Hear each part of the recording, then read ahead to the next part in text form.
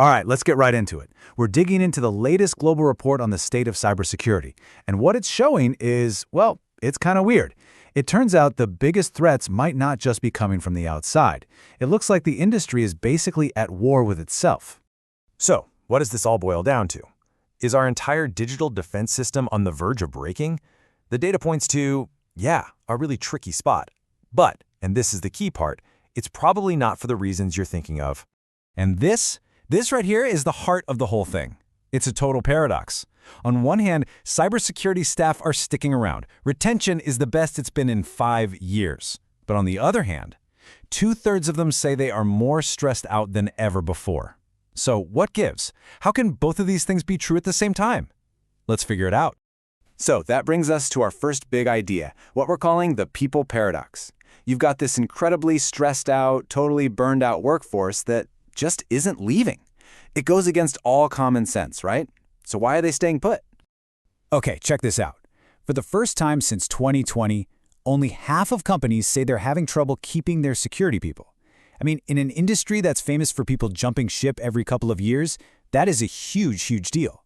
But, and here's that other side of the coin, a whopping 66%, we're talking 2 out of every 3 pros, say their job is way more stressful today than it was just 5 years ago.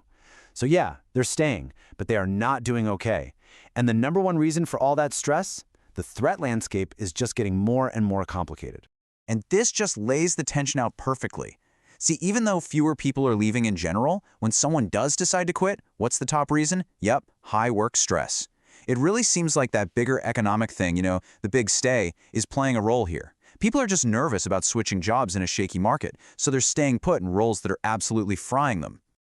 All right, let's pivot to the second paradox. And honestly, this one is just as baffling. It's all about the gap between the skills companies claim they desperately need and what they're actually doing or not doing to get those skills. Get this. For the first time ever, the number one thing hiring managers are looking for isn't experience. It's adaptability. Just let that sink in for a second. With AI and threats changing by the minute, being able to learn and pivot on the fly is now officially more important than your resume. And this chart, wow, it just shows you how huge this shift is. The value placed on prior work experience just fell off a cliff, down 13 points in a single year. That's not a slow change, folks. That is a seismic shift in thinking across the entire industry. So if experience isn't the top priority, what is the biggest skills gap? Well, the answer is pretty surprising. It's not some new coding language or cloud platform.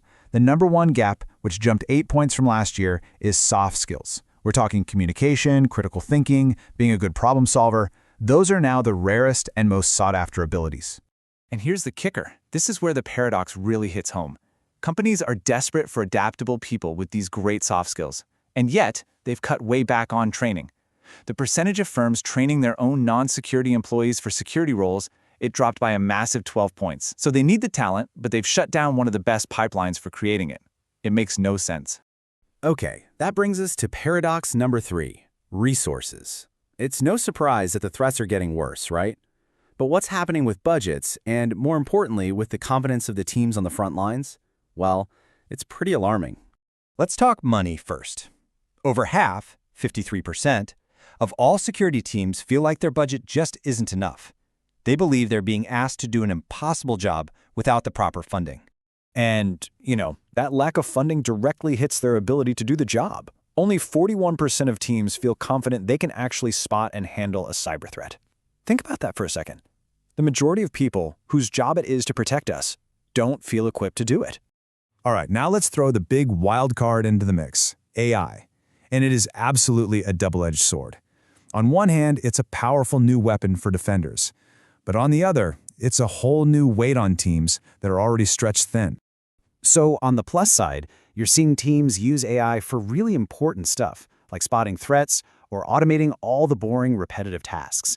And that's the dream of AI, right? To make everyone more effective. But then you have the other side of it. These same security pros are now being pulled into a completely new role, governing AI.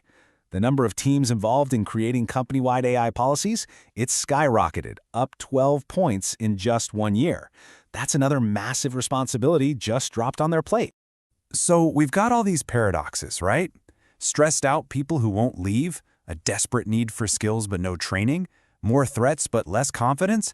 So where do we go from here? Well, the report points to a solution that is surprisingly human. The takeaway from the whole report is actually pretty simple, and it's powerful. The real make-or-break factor in cybersecurity isn't your tech.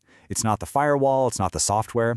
It all comes down to the human element: leadership, communication, and real support. And this chart, this just tells the whole story in one go. Just look at what happens when the company's board is actually engaged and supportive. Team confidence, it more than doubles, from a pretty awful 21% all the way up to 56%.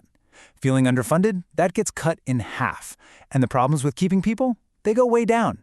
And that is where those soft skills we talked about become so critical. When a security leader can communicate well with the board, that's what gets them the money, the support, and the stability their teams need to actually do their jobs. So that kind of leaves us with one last big question to chew on. In this new age of AI attacks and super complex defenses, could it be that our best weapon isn't a piece of tech at all? Could it be something as simple as a better conversation?